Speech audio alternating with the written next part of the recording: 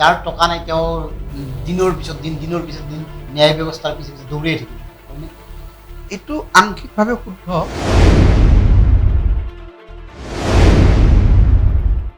ন্যায় ব্যৱস্থাত political interfere চলে থাকিলে আপুনি বেষ্ট প্লেয়াৰজন এংগেজ কৰিব পাৰে আৰু বেষ্ট প্লেয়াৰ পোৱা মানে দক্ষিণ অঁ আপুনি নিজে ৰঞ্জন জয়মাৰ ওকালতি কৰিছে। হয় কোনো মানুহে ন্যায় সাহায্যৰ পৰা বঞ্চিত হ'ব নালাগে, সাংবিধানিক এটা ৰাইট আছে। ন্যায় প্ৰদানত ইমান বিলম্ব কিয়? এইটো আপুনি ক'ব পাৰে পিষ্টলটো আনি মূৰত থৈছে, গোটেই শ্বুট কৰিব নোৱাৰে। আপুনি যদি মানুহক প্ৰভকেটিভ কথা ক'ব নোৱাৰে, সততাৰে ৰাজনীতি কৰিব নোৱাৰে। কংগ্ৰেছে ৭১লৈকে বিদেশীক অসমত স্থান দিব, তেওঁলোকে মানি লৈছে। এতিয়া বিজেপি কৈছে ২০১৪লৈকে দিব। আপুনি কাক বিশ্বাস কৰিব? মানৱ শৰণীয়াৰ লগত অসমৰ উগ্ৰবাদী সন্ত্ৰাসবাদী সংগঠনবিলাকৰ বেছি সম্পৰ্ক হয়নে? ৰালফাল প্ৰথম যিটো ৰিক্ৰুটমেণ্ট হৈছিল খুব সুন্দৰ আছিল। কিছু পৰিমাণে হ'লেও পুলিচ প্ৰশাসন জড়িত আছে, কিছু পৰিমাণে হ'লেও এই পাৰত থকা চৰকাৰৰ জড়িত আছে। ডেকাও জানে কাৰ পৰা লিক আউট হৈছে, কুমাৰো জানে কাৰ পৰা লিক আউট হৈছে।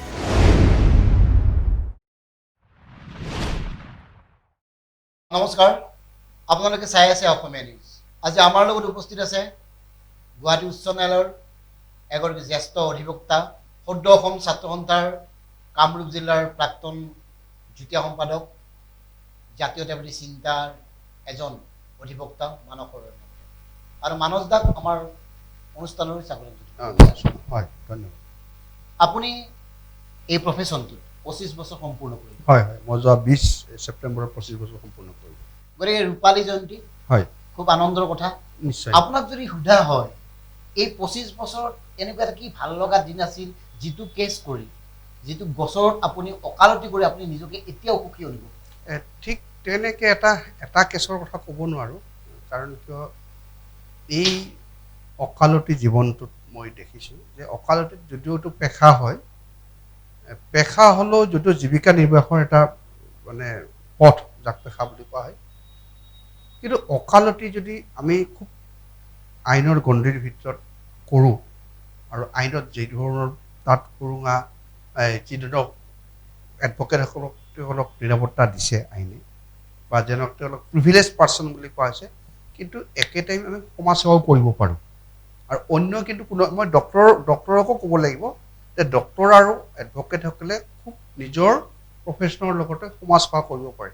আৰু এই ক্ষেত্ৰত মই এইটোৱে ক'বলৈ গৈছোঁ যে কেতিয়াবা আমাৰ যিবিলাক ক্লায়েণ্ট আহে কেছত, কিন্তু তেওঁৰ ন্যায্য প্ৰাপ্তিৰ পৰা তেওঁ কেতিয়াবা বঞ্চিত হৈছে, বা কেতিয়াবা প্ৰশাসনিক মেৰপাকত তেওঁলোকে যিটো পাব লগা চাকৰিয়ে হওক বা অৰ্থ সাহাৰ্য্যই হওক বা তেওঁলোকৰ জীৱনৰ নিৰাপত্তাই হওক বা থানাত দিয়া গোচৰটো ৰেজিষ্ট্ৰেশ্যনৰ ক্ষেত্ৰতেই হওক, ক্ষেত্ৰত দেখা যায় যে এজন এডভকেটে তেওঁলোকক যথেষ্টভাৱে সহায় কৰিব পাৰে। আৰু এনেকুৱাও হৈছে কেতিয়াবা তেনেকুৱা ধৰণৰ ব্যক্তিক মই বুলি নহয়, বহুতো আছে, আমি কেতিয়াবা তেওঁলোকৰ পৰা ফিজ নোলোৱাকৈও আমি কেতিয়াবা কৰিছোঁ। আপোনাৰ ভাল লগা যে এই কথাটো এতিয়াও আপোনাক কিবা এটা ভাল লগা এটা অনুভৱ দিয়ে, এই ধৰণৰ এই কেছটো কৰিছিলোঁ মই, সি খুব বিপদত পৰি মোৰ ওচৰলৈ আহিছিল, তাক মই এই ধৰণে উদ্ধাৰ কৰিলোঁ, এই সাধাৰণ মানুহৰো আছে, তেনেকুৱা আছে। বেলৰ ক্ষেত্ৰত বিশেষকৈ তেনেকুৱা হয়। বেলত দেখা যায় যে ক্ৰিমিনেল কেছত দেখা যায় আপুনি বাকী ছাৰ্ভিচ মেটাৰ বা অন্য মেটাৰত মানুহৰ ৰাইটছটো তেওঁ এক্সাৰচাইজ কৰিব পাৰে, নকৰিব পাৰে, যে এইটো মোক নালাগে।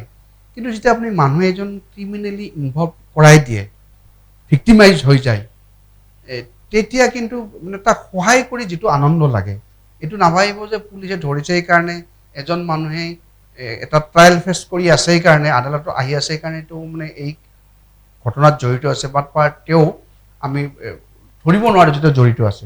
কিন্তু দেখা যায় যে কেতিয়া একেবাৰে নিৰ্দোষী মানুহ পৰিছে।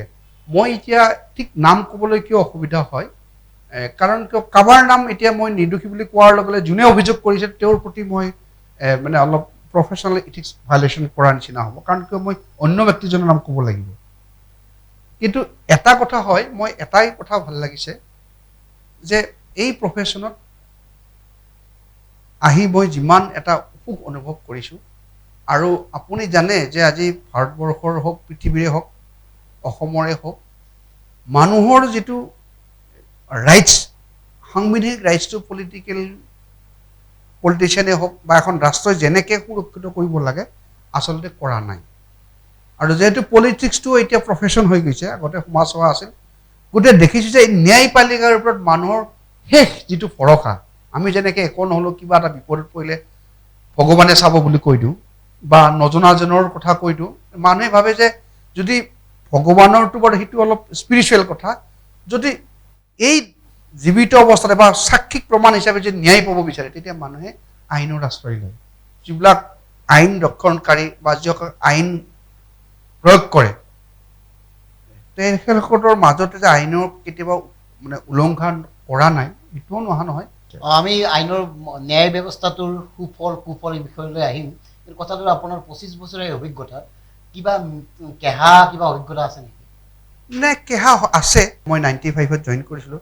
95ৰ পৰা মোটামুটি আপুনি 2003 মানলৈকে এই সময়টো মোৰ একেবাৰে দুসময় বুলি কৈছোঁ। প্ৰফেচনেলি কৈছোঁ কিয় যে কেছ আহিছে সঁচা, কিন্তু মই কেছবোৰ লগত চিনিয়ৰতাত যাব লগা হৈছে। জীৱনত এনেকুৱা হৈছে যে খাবৰ সময়ত খাব পৰা নাই, শুবৰ সময়ত শুব পৰা নাই। ইতিমধ্যে মই প্ৰফেশ্যনৰ সমসাময়িকভাৱে যিহেতু মই ইয়াৰ প্ৰফেশ্যনৰ আগত সাংবাদিকতা কৰিছিলোঁ, গতিকে মই আচলতে সম্পূৰ্ণ ছেটেল নোহোৱাকৈ মই মানে পাৰিবাৰিক জীৱন আৰম্ভ কৰিছিলোঁ। গতিকে তেতিয়া তাৰ মোৰ কেঁচুৱা আছিল, পৰিবাৰ আছিল। গতিকে গুৱাহাটীত এটা ঘৰ ভাড়া লৈ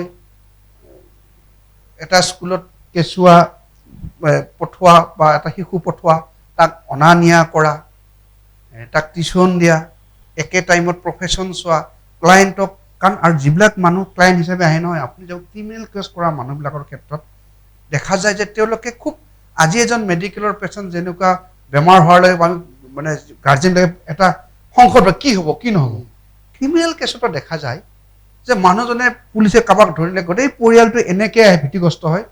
আপুনি সিহঁতক কুল ডাউনেৰে তেওঁলোকক চম্ভালিব লাগিব। তেওঁলোকৰ মতে কালি আনি দিব লাগে মানুহজনক জেলৰ পৰা, কালি জেল হৈছে খালাচ পাব লাগে, যেন এই মুহূৰ্ততে যেন মানে পুলিচৰ হাতৰ পৰা বা জেলৰ পৰা যেন ময়ে টানি আজৰি আনিম। তেওঁলোকে এনেকুৱা ধৰণৰ এটা ধাৰণা লৈ আহে যে উকিলতাত গ'লে পইচা দিলে এইটো হৈ যাব। মই এতিয়া অন্য এটা প্ৰসংগলৈ আহিছোঁ। এই যিটো ন্যায় ব্যৱস্থা, এই ন্যায় ব্যৱস্থাটোৰ প্ৰতি মানুহৰ আস্থা ক্ৰমান্বয়ে কমিছে, কি ক'ব? সেইটো মানে আপুনি 100% নহ'লেও 50%ৰ ওপৰত সেইটো হয়। কাৰণটো কি?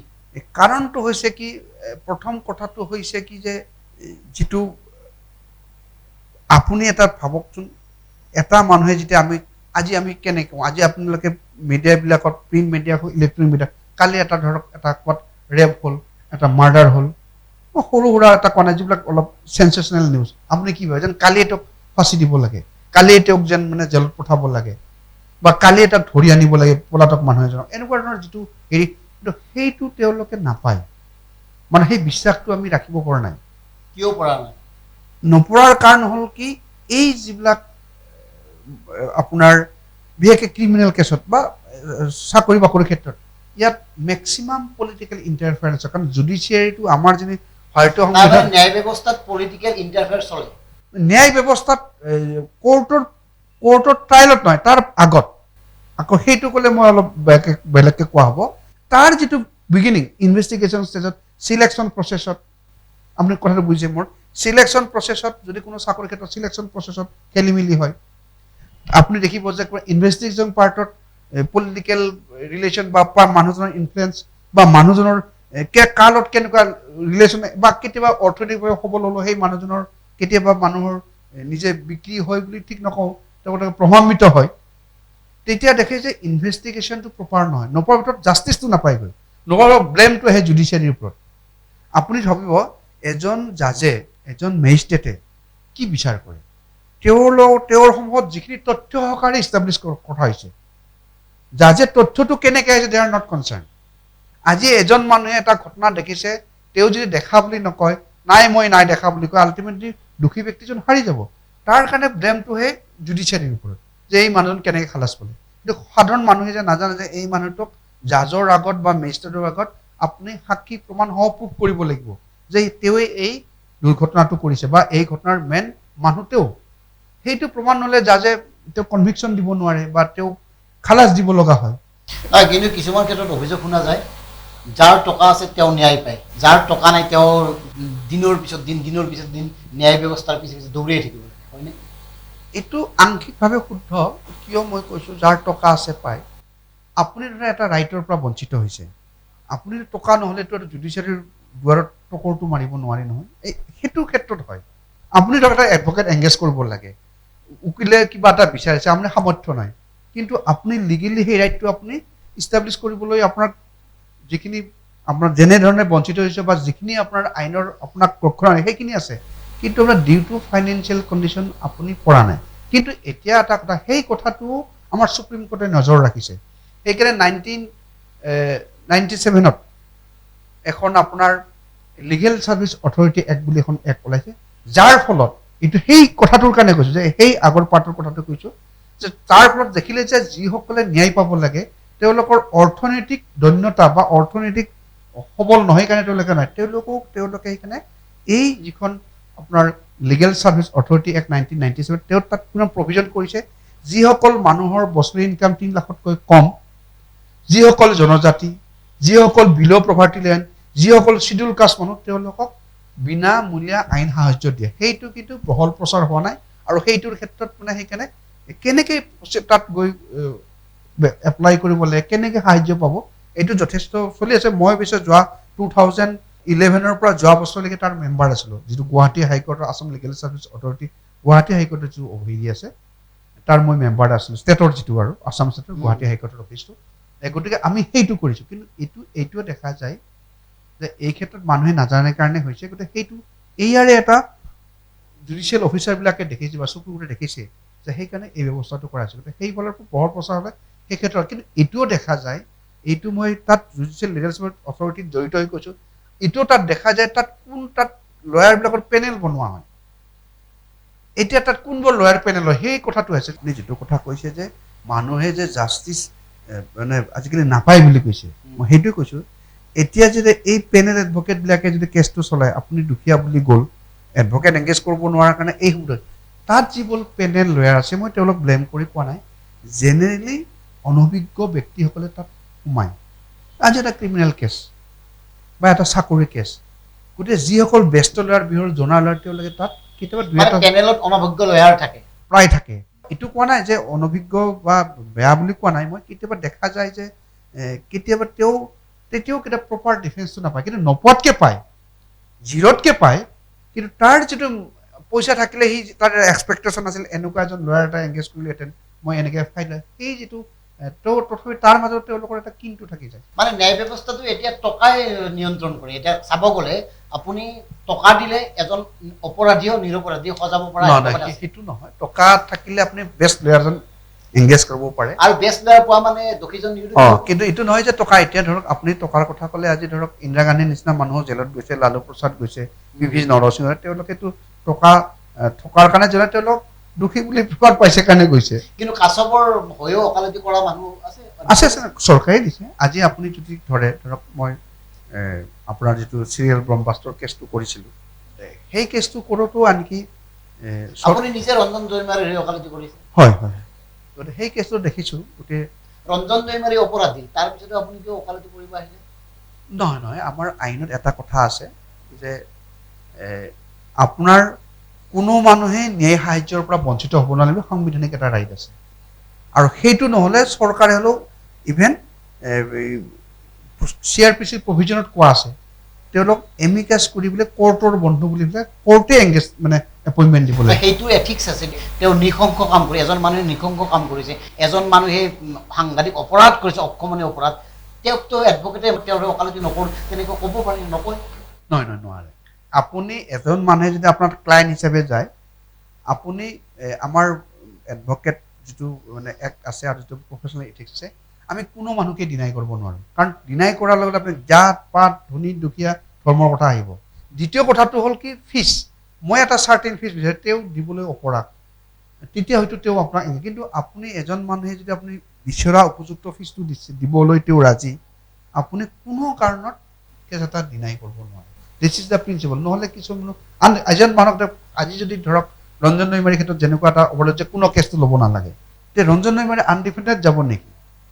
এইটো নেকি যে এডভকেট এংগেজ কৰাৰ কাৰণে তেওঁ খৰচ পাব নেকি চৰকাৰী ফালৰ পৰা এডভকেট থাকিব জুডিচিয়েল অফিচাৰ থাকিব যি বেলেঞ্চ কৰিব শুদ্ধ না শুদ্ধ গতিকে সেইকাৰণে ন্যায় পাব লাগিলে আপুনি ন্যায় পাব লাগিলে দুটা পক্ষৰ এটা যুক্তি প্ৰদৰ্শন হ'বই লাগিব দুটা পক্ষৰ যুক্তি প্ৰদৰ্শন হ'লে অভিযুক্ত ব্যক্তিজনেও তেওঁৰ ফালৰ পৰা এডভকেট পাব লাগিব আৰু ন্যায় প্ৰদানত ইমান বিলম্ব কিয় হয় এইটো আপুনি ক'ব পাৰে ন্যায় প্ৰদানত বিলম্ব কিয় আচলতে জুডিচিয়েল অফিচাৰবিলাকৰ তেওঁলোকে ইমান অভাৰ বাৰ্ডেন হৈ গৈছে আমি যেতিয়া গুৱাহাটী হাইকোৰ্টত জইন কৰিছিলোঁ তেতিয়া হাৰ্ডলি এজন জাজে 30টামান কেছ লয় এতিয়া 150-200 লিষ্ট হোৱা হৈছিল এটা লাষ্ট আজি 2015 পৰা এজন জাজক 100ৰ ওপৰত কেছ লিষ্ট নকৰে এতিয়া যদি এজন জাজে যদি 100টা কেছ লয় আপোনাৰ তেওঁ হাৰ্ডলি কিমান ঘণ্টা বহে 4.5 ঘণ্টা বহে কোৰ্টত 10:30টাৰ পৰা 1:30লৈকে এইফালে 2টাৰ পৰা 4টালৈকে বা গৰম দিন হ'লে 4:30টালৈকে ইজ ইট পচিবল 100টা আইটেম এজন জাজে 4 ঘণ্টাত আপুনি চাওকচোন এটা কেছত 2-3 মিনিট কেৱল কি আপুনি হিয়াৰিং পাব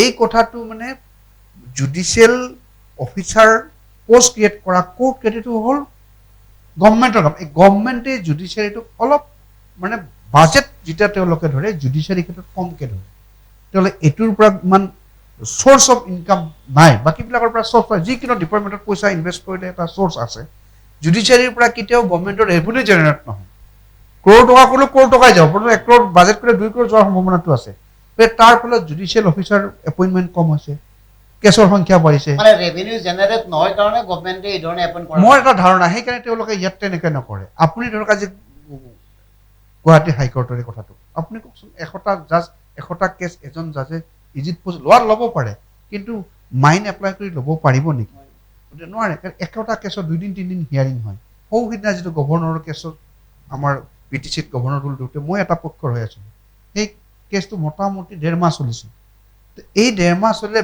ন' ডাউট লকডাউন কাৰণে বাৰু ইমান হেৰি হোৱা নাই যদি নৰ্মেল কোৰ্ট হ'লে বেলেগবোৰে ডিপ্ৰাইভ হ'লহেঁতেন বেলেগবোৰৰ কেছবোৰ সেই কোৰ্টত হয়তো নল'লেহেঁতেন বা উঠিলেও কেছটো সেই কিছু কেছ ল'ব নোৱাৰিলেহেঁতেন গতিকে সেইকাৰণে দেখা যায় যে জুডিচিয়াৰী যেতিয়ালৈকে মানে জুডিচিয়েল কোৰ্ট বেছি নহয় কাৰণ কেছৰ সংখ্যা বাঢ়ি গৈ তেতিয়ালৈ মানুহসকলে নাই আৰু এটা সময়ত কি দেৰি হ'লে ডিলে ডিফিট জাষ্টিছ বুলি কয় যেতিয়া দেৰি হৈ যায় মানুহে কিছুমান মানুহে জাষ্টিছটো পালেও নোপোৱা হয় আপুনি এটা যে সম্পত্তিৰ কেছ কৰিছে আপুনি এই প্ৰপাৰ্টিটো কালি পালে তাৰ ইউটিলাইজেশ্যন কৰি আপোনাৰ যিটো বেনিফিট হয় 10 বছৰ কৰি আপুনি প্ৰপাৰ্টিটো পালে আপোনাৰতো প্ৰপাৰ্টিটোৱে হৈ আছে তাত একো ইনকাম জেনেৰেট নহয় তাৰ কাৰণে কোনো একো বিজনেছ লাইনত খটাব পৰা নাই গতিকে আপোনাৰ আকৌ এটা উকিল ধৰোঁতে আপুনি 10 বছৰ এটা কেছ ফাইট কৰা আকৌ টকা লুজাৰ গতিকে এই ক্ষেত্ৰত আপুনি দেখা যায় যে সেইকাৰণে যদি আপুনি ধৰক জানে যে এই প্ৰপাৰ্টিৰ মালিক আপুনি বৰ্মনে হয় এই যদি বোলে 2 মাহ 3 মাহৰ ভিতৰত পালে হয় আপোনাৰ সেই যিটো মানে ডিলে ডিফিট জাষ্টিছ মানে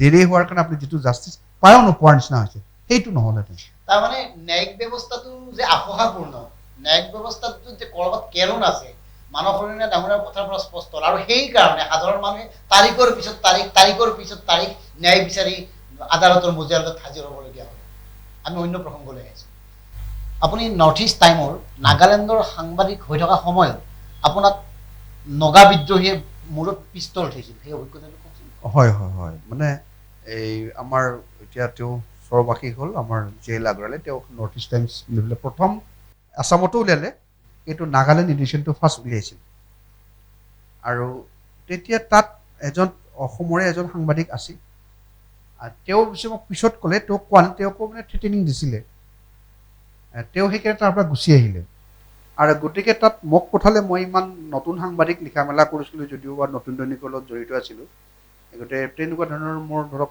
নিউজ ৰিপৰ্টিঙত ইমান হেৰি নাছিল তাতে মোক ৰিপৰ্টাৰ হিচাপে পঠালে আৰু মই তাত গ'লোঁ তাত তেতিয়া তাত নাগালেণ্ডৰ লোকেল ছজন ৰিপৰ্টাৰটো মানে তাত এংগেজ কৰা হ'ল নিউজ কালেকশ্যন কৰাৰ কাৰণে তেওঁলোকে আমি হোটেলত এটা টেম্পৰাৰী কেম্প পাতিছিলোঁ এই নাগালেণ্ডৰ যিখন কহিমা এছেম্বলি আছে এতিয়া চিফ হ'ল তাৰ ফ্ৰণ্টতে এখন হোটেল আছিল তাত পাতিছিলোঁ তাত কিছুদিন যোৱাৰ পিছত হয় আপুনি এইটো মোক 3জন নগা ল'ৰাই আহি মোক দুদিন দুৱাৰখন খুলি নক কৰি চাই গৈছে তাৰপিছত 3rd ডেট মোক সিহঁতে আহি এটা গান পইণ্টত পিষ্টল মোৰ ইয়াত ধৰি পেলাই সিহঁতে মোক নাগামিজত সুধিছে আৰু মই অলপ নাগামিজটো হক আয়ত্ব কৰি লৈছিলোঁ আৰু মই তেওঁলোকে কোৱাৰ পিছত মই দেখিলোঁ যে যদি পিষ্টলটো আনি মূৰত থৈছে গোটেই শ্বুট কৰিব নোৱাৰে গোটেই মই ইয়াৰ লগত নেগচিয়েট কৰিব পাৰিম আৰু মই তেওঁক ক'লোঁ ব্ৰাদাৰ ইউ কুল ডাউন, মই ভি নাগা আছে, মই এনে কৈছোঁ আৰু সিহঁতে জানে মোৰ নামটো আৰু টাইটেলটো চাই সিহঁতে ডাউট কৰিছে। আৰু ডিমাপুৰখন আমাৰ কছাৰী ৰজাৰে ৰাজধানী আছিল, আৰু তাতে ডিমাপুৰত আছে এতিয়া কছাৰী, এতিয়া গোটেই যিমানবোৰ পুখুৰী আছে পাৰে পাৰে কছাৰী মানুহ এতিয়া আছে, ৰিচেণ্টলি বাৰু নোহোৱা হ'ল। তেওঁলোকে ডাউটো কৰিছে, এইটো নাগা বুলিও কৈছে, এইটো মানে টাইটেলটো নিমিলে। আল্টিমেটলি মই সিহঁতক অভাৰগেইন কৰিলোঁ, আৰু তেওঁলোকৰ কথাটো আছিল যে নাগালেণ্ডত তেতিয়া মানে এই যি প্ৰিণ্ট মিডিয়াটো অফছেটত যিটো প্ৰিণ্টিং যায় আগত, যিটো অফছেট, তেতিয়া সেই প্ৰিণ্টটো নাগালেণ্ডত নাছিল। আৰু ডিমাপুৰৰ তিনিখন লোকেল পেপাৰ ওলাইছিল, সেইটো মানে আখৰ বাছি বাছি কৰা লিথু বুলি কোৱা যায়, সেইটো আছিল। গতিকে ইয়াৰ পৰা ৰাতি 3টা বজাত পেপাৰখন যায়, তাৰ ৰাতিপুৱাই ৰিচ কৰে। আৰু আমি নাগালেণ্ডত যথেষ্টখিনি নিউজ ৰিপৰ্টিং কৰিছোঁ, তাৰ কাৰণে পেপাৰখন পপুলাৰ হৈছিল। আৰু তাৰ কাৰণে লোকেল পেপাৰবিলাকে NACNক এংগেজ কৰিছিল যে এইখন পেপাৰ চলিলে আমাৰ অসুবিধা। তেওঁলোকে এনেকৈ বুজাইছিল যে এইটো ব্লাড চাকাৰ হয়, মানে তেওঁলোকে ইংৰাজীতে কৈছে ব্লাড চাকাৰ হয়, এইটো মানে অসমৰ পৰা আহিছে। কাৰণ অসমৰ তেতিয়া সেই সময়ত আপোনাৰ মেৰাপানীত নাগালেণ্ড অসমীয়া নাগা এটা বৈৰী চলি আছে, সেই সময়ৰে ইছ্যুটোৰ কথা। গতিকে কৰিবলৈ চেষ্টা কৰিছিল, কিন্তু মই তেওঁলোকৰ লগত বুজাবুজি কৰি পিছত গম পালোঁ এইটো NACNৰ মানে মুইভাফেকশ্যনৰ মানুহ আছিল। পিছত মই গম পালোঁ, কাৰণ পৰৱৰ্তী সময়ত NACNৰ যিজন ফৰেইন ছেক্ৰেটাৰী W চিমৰি, তেওঁ মোৰ লগত বহুদিন হোটেলত শ্বেল্টাৰ লৈছিল। মই পিছত তেওঁৱে ক'লে যে আমাৰ ৰং হৈছিল, আৰু আমাৰ পেপাৰখনে যথেষ্ট আমাক নিউজবিলাক ৰিপৰ্টিং ইমিডিয়েটলি পাওঁ। আৰু মই তেতিয়া সেই সময়ৰ নাগালেণ্ডৰ চিফ মিনিষ্টাৰ হামুজো NPC নাগালেণ্ড মানে পিপলছ পাৰ্টিৰ আছিল, আৰু তেওঁ মোক খুব ভাল পাইছিল। আৰু মই নহ'লে যেনে প্ৰেছ কনফাৰেন্সবোৰ কৰাম, তেওঁৰ এটাই কথা আছিল যে এওঁক দিলে নিউজটো সোনকালে পায়।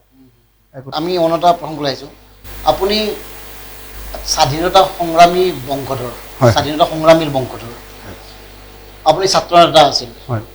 আপোনাৰ জ্যেষ্ঠ কনিষ্ঠ কেইবাগৰাকীও এতিয়া অসমৰ আঞ্চলিকে হওক বা ৰাষ্ট্ৰীয় ৰাজনীতিতে হওক নেতা, ৰাজনীতিলৈ আপোনাৰ কিয় মন নগ'ল?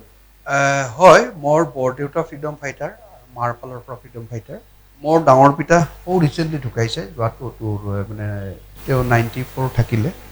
তেওঁ যেনেকৈ আছিল, মই সঁচাই মানে ফ্ৰীডম ফাইটাৰ যায়, সিদিনা ধুতি পাঞ্জাবী পিন্ধে, আৰু খুব মানে খোৱা লোৱাৰ টাইম টেবুল ৰাতিপুৱাই উঠে মানে মই দেখিছোঁ যে যিবিলাক সেই সময়ত মানে গান্ধী আদৰ্শত যিবিলাক বিশ্বাসী হৈছিল ফ্ৰীডম ফাইটাৰবিলাক, তেওঁ মই ডাঙৰ পিতা মানে বৰদেউতাই তেনেকেই 2017লৈকে তেওঁ তেনেকৈ থাকিলে। মোৰ দেউতা হৈছে 99তে ঢুকালে। আৰু মোৰ দাদাও খুব কংগ্ৰেছৰ খুব ভাল ৱাৰ্কাৰ আছিল, যোৱা 18 চনত ঢুকালে, মোৰ যোন ইমিডিয়েট দাদা। মই দেখিলোঁ যে আমাৰ গোটেই পৰিয়ালটো, মাৰ ফালৰ পৰা দেউতাৰ ফালৰ পৰা, যদিও আমি মানে পলিটিকেলি একদম নন ফিগাৰ নহয়, আমাৰ লোকেলি সেই এৰিয়াত, যিহেতু আমি এখন মানে জনজাতি এৰিয়াৰ পৰা আহিছোঁ, তাৰ মানে আপুনি জনগাঁথনিটো মানে একজন মানুহ ভাল কথা ক'লে, অলপ শিক্ষা হ'লে মানুহৰ আদৰ পায়, মানে MA BA খুব ডিগ্ৰীধাৰী এনেকুৱা নহয়। গতিকে আমাৰ ডাঙৰ পিতাহঁতো ইমান শিক্ষিত নাছিল, আমাৰ ককাহঁতো ইমান এডুকেটেড নাছিল, তথাপি সেই সমাজখন ধৰি ৰাখিছিল। সেই হিচাপে আজিও আমাৰ পৰিয়ালক সেই সমাজে যথেষ্টখিনি হেৰি কৰে। আৰু মই ভাবিছিলোঁ, হয়, মই 1985 যেতিয়া থানেশ্বৰ বড়াই আমাৰ ৰঙিয়া সমষ্টিৰ পৰা মিনিষ্টাৰ হৈ ৰেভিনিউ এণ্ড এডুকেশ্যন হৈছিল, আৰু থানেশ্বৰ বড়াক গুৱাহাটীৰ পৰা নি তাত আছুক চিনাকি কৰা দিয়া ব্যক্তিজন ময়ে আছিলোঁ। মই গুৱাহাটীৰ পৰা নি চাইকেল মাৰি, তেওঁক চাইকেল মই চাইকেল লৈছোঁ, মাৰি গাঁও ঘূৰিছিলোঁ যে তেওঁক ইয়াত ৰঙিয়া সমষ্টিত আনিব লাগে। তেতিয়া তেওঁ AGPৰ যিটো প্ৰেচিডিয়াম আছিল, 6 জনৰ আছিল, তাৰে ওৱান অফ দ্য প্ৰেচিডেণ্ট আছিল, যিটো প্ৰেচিডিয়াম AGPৰ যিটো নতুন গঠন হোৱাৰ পিছত। আৰু সেই সময়ত থানেশ্বৰ বড়াৰ লগতো মই মোটামুটি 88 মানলৈকে তেওঁৰ লগত মিনিষ্টাৰৰ লগতে ঘূৰিছোঁ। কিন্তু মই দেখিলোঁ যে ৰাজনীতি কৰিব লাগিলে আপুনি কিছু কূটনীতি কৰিব লাগে, টু বি ফ্ৰেংক। আপুনি যদি মানুহক প্ৰভোকেটিভ কথা ক'ব নোৱাৰে, সততাৰে ৰাজনীতি কৰিব নোৱাৰে। মই ভাবোঁ কেতিয়াবা, কিন্তু ইটো এটা কথা হয়, আজি মই অকালতি কৰি আপুনি যদি ক্ৰৰপতিও হয়, আপুনি জনসেৱা যিমান কৰিব পাৰে, আপুনি ৰাজনৈতিক যদি এটা পলিটিকেলি যদি আপুনি এটা উচ্চ আসন দখল কৰিব পাৰে, তেতিয়া আপুনি মানুহক, যদি আপোনাৰ মানসিকতা থাকে, মানুহক ৰাষ্ট্ৰযন্ত্ৰৰ এই ব্যৱস্থাত থাকি মানুহক আপুনি যথেষ্টখিনি সহায় কৰিব, ইণ্ডিভিজুৱেলি নোৱাৰে। সেই হিচাপত ৰাজনীতি কৰিবলৈ মোৰ মন যায়।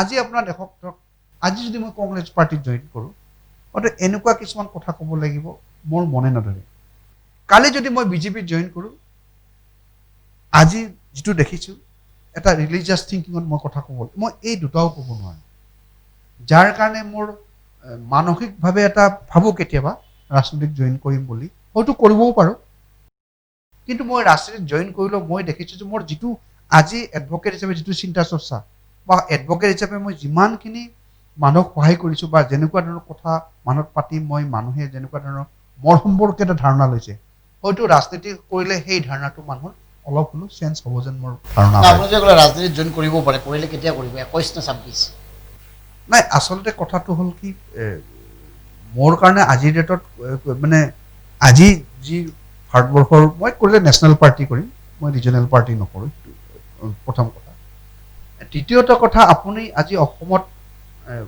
কৰিব লাগিলে দুটাই পাৰ্টি আছে কংগ্ৰেছ বা বিজেপি যদি আপুনি সামগ্ৰিকভাৱে চাই দুয়োটাও মোৰ মানসিকতাই নকয় কোনোটোৱে শুদ্ধ বুলি পেলাই কিন্তু আপুনি এনেকুৱা শুদ্ধ পলিটিকেল পাৰ্টিও ক'ত পাব গতিকে এনেকুৱা হ'ব লাগিব যে মই কোনোবা পাৰ্টিত অংশগ্ৰহণ কৰিম তাত মোৰ আদৰ্শটো মই পাৰ্টিক ইম্প'জ কৰিম যে আমি বেয়া কাম কৰিব নালাগে এইটো কাৰণ পলিটিকেল পাৰ্টিটো সি এটা মানে লিভিং বিং নহয় তাত মানুহে যায়হে পাৰ্টিটো গঢ়ে যদি এটা পলিটিকেল পাৰ্টি যদি ভাল 10জন মানুহ যায় বা নেতাজন লিডাৰজন যদি হয় ই নিশ্চয় চেপ ল'ব যে মই যি বিজেপিয়ে কৰোঁ কংগ্ৰেছে কৰোঁ দুটাৰ কোনোবা এটাত কৰিম বাৰু কিয় আপুনি এতিয়াও ভাবে নেকি তাৰমানে এই দুটা দলত এতিয়াও আদৰ্শৰ স্থান আছে নাই কিন্তু আপুনি গৈ চেপ দিব লাগিব আপুনি চেপ দিব লাগিব এতিয়া আপুনি এতিয়া সময় আছে জানো এতিয়া নাই নাই আপুনি আছে কিয় নাই আজি যদি মই যদি তাত কোনোবা এটা দলত গৈ যদি মই ভাল কাম কৰি যদি মানুহৰ পৰা বাহবা তুলিব পাৰোঁ মই যদি কৰাপশ্যন নকৰোঁ মই যদি মানুহক ধৰ্মৰ ভিত্তিত জাতিৰ ভিত্তিত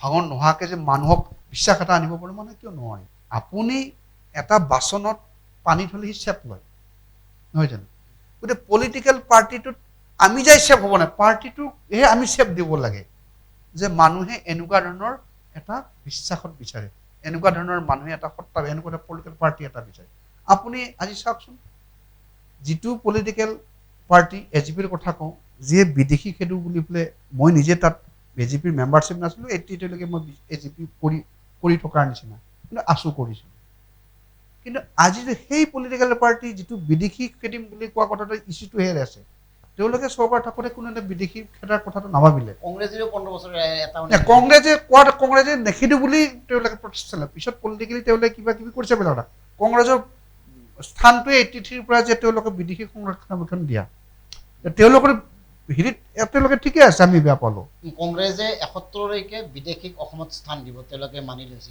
এতিয়া বিজেপি কৈছে 2014লৈকে দিব আপুনি কাক বিশ্বাসত ল'ব সেইকাৰণে কৈছোঁ মই সেইকাৰণে ক'লোঁ গতিকে মানুহৰ ইডিঅ'লজিটো চেঞ্জ হয় মই আপোনাক কৈছোঁ যে চেঞ্জ হয় যেনেকৈ এজিপিয়ে বিদেশী খেদিম বুলি কোৱাৰ পৰা নেখেদা হ'ল কংগ্ৰেছে কিন্তু অসমৰ পূৰা বিৰোধিতা কৰিছিল তেওঁলোকে এটা চাৰ্টিন ডেটলৈকে আহিলে বিজেপি অসমতো মই যেতিয়া 83 চনত অবৈধ চৰকাৰৰ দিনত অবৈধ চৰকাৰ গঠন হ'ল 83 যিটো ফেব্ৰুৱাৰীত যিটো গোটেই অসম জ্বলিলে মই 3টা কেম্প চলাইছিলোঁ গড়েশ্বৰ বাছ ষ্টেণ্ডত আৰু জালুকবাৰী বোলে 3টা অলপ দূৰত মই চলাইছিলোঁ সেই সময়ত পুলিচে গোটেইবোৰ বিচাৰি যায় এই আছুৰ ৱাৰ্কাৰবিলাক মোৰ অলপ ককাই কংগ্ৰেছ কৰে কাৰণে মোক মানে পুলিচৰ পৰা মই ইমান টাৰ্গেট হোৱা নাছিলোঁ এৰেজ হোৱা নাছিলোঁ মোক ধমকি চমকি দিয়ে কেছেছ মোৰো হৈছে গতিকে মই সেই ৰিলিফ কেম্প চলাইছোঁ তেতিয়া মই দেখিছোঁ তেতিয়াৰ মানে বিজেপিৰ তেতিয়া আপোনাৰ তাত কেইবাজনো মানুহো সাহায্য দিব গৈছে বা খবৰ ল'ব গৈছে 83 ফেব্ৰুৱাৰীৰ যিটো আমাৰ মেচাৰেক হ'ল আমাৰ তাতো 250টামান পৰিয়াল মানুহ ব্যক্তি ঢুকাইছিল ইভেন আমাৰ ঘৰৰ দোকানীৰে মোৰ ঘড়ীৰ দোকানৰ তাৰে মাক দেউতাক ঢুকাইছে মানে সেই 83 হেৰি তেওঁলোকে তেতিয়া সেইটো ছাপোৰ্ট কৰিছিল বিজেপিয়ে কিন্তু আজিতো বিজেপি 14লৈকে ৰখা হ'ল গতিকে মানুহৰ লিডাৰশ্বিপৰ ওপৰত পলিটিকেল ভিউটো চেঞ্জ হৈ যায় গতিকে সি লিডাৰজন কেনেকুৱা কোন মানুহৰ তাত ডিচিশ্যন মেকিং প্ৰচেছটোত কোন মানুহৰ কেনেকুৱা আইডিয়লজি কেনেকুৱা টাৰ্নিং পাৰ্চনেলিটি মানুহ জড়িত আছে সেই হিচাপে পলিটিকেল চেপ লয় গতিকে মই ভাবোঁ মই যি পাৰ্টিয়ে নকৰোঁ মই সেই পাৰ্টিৰ আদৰ্শৰ ভিতৰতে মোৰো যে এইটো স্বচ্ছতা ধৰ্মীয় যাতে ভাৱত যাতে মানুহক ভাগ কৰিব নোৱাৰি আৰু অন্য ধৰণৰ জাতি ভেটিৰ এই কথা কৈ যে মানুহক ভাগ কৰিব নোৱাৰি সাংবিধানিক ভিত্তিত যোনে নাগৰিক সি সুবিধা পাব লাগে যোনে অবৈধ নাগৰিক সিটো যাব লাগে এই ধৰণৰ স্বচ্ছতাৰেহে মই পলিটিক্স কৰিম। না আমি গম পাইছোঁ যে আপুনি অনাগত সময়ত আপোনাৰ আমি ৰাজনীতিত দেখা পাম, তাৰ কাৰণে আপুনি আগতীয়াকৈ আমি শুভেচ্ছা মই এটা কথা কওঁ, মানে কথাটো এটা পলিটিকেল পাৰ্টি কি হ'ব লাগে, প্ৰথমতে নিৰাপত্তা, প্ৰপাৰ্টিৰ হওক, ব্যক্তিগত লাইফৰ নিৰাপত্তাই হওক, সেই নিৰাপত্তাটো লাগে। তৃতীয়তে এডুকেশ্যনটো যিমান পৰা হ'ব লাগে, প্ৰাইভেটাইজ হ'ব নালাগে, কাৰণ দুখীয়া মানুহে পঢ়িব নোৱাৰে। আৰু মই দেখিছোঁ দুখীয়া ঘৰৰ ল'ৰা ছোৱালীবিলাক পঢ়াত বেছি হওক, তেওঁলোকৰ এটা মানে হেৰি থাকে যে মই এইটো বস্তু নাপালে মোৰ কি হ'ব, তেওঁলোকে সেইকাৰণে পঢ়াত বেছি কষ্ট কৰে। সেইকাৰণে শিক্ষাটো যিমান পাৰক ফ্ৰী হ'ব লাগে, মেডিকেলটো যিমান পাৰক হ'ব লাগে, আৰু বাট পথ যাতায়াত। বাকী আপুনি এতিয়া ধৰক এতিয়াৰ পলিটিক্সটো গৈছে, ঘৰে ঘৰে 1000 টকা সোমাই দিব, 2 টকাৰ চাউল দিব, মানুহক এলেহুৱা হৈছে। তেওঁলোক ইনকামটো জেনেৰেট কৰিব দিবলৈ নিজে নিজে, আপুনি যিমান কষ্ট কৰিব সিমান আপোনাৰ ইনকামটো বাঢ়িব। কিন্তু এজন মানুহে ৰাষ্ট্ৰৰ পৰা এজন নাগৰিকে বিচাৰে কি, এই যে 4টা বস্তু, এই 4টা বস্তু যদি হয় তেতিয়া মানুহক হাতে হাতে পইচা দিব নালাগে, হি উইল আৰ্ণ, নহয় জানো?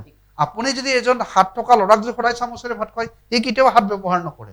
গতিকে এই পলিটিকেল পাৰ্টিবিলাকে ভোটৰ কাৰণে মানুহবিলাকক পংগু, বিশেষকৈ অসমীয়া মানুহখিনি আজি 2 টকাত চাউল পাই কাৰণে বহুতে খেতি পথাৰত নাযায়, চৰকাৰে কিবা কিবি দিব বুলি কয় কাৰণে বহুতে এতিয়া আকৌ ঘৰতে বহি থাকে, এইটো দিবই। আৰু সেইকাৰণে মানুহৰ ৰাজনৈতিক অংশগ্ৰহণ বেছি হৈছে।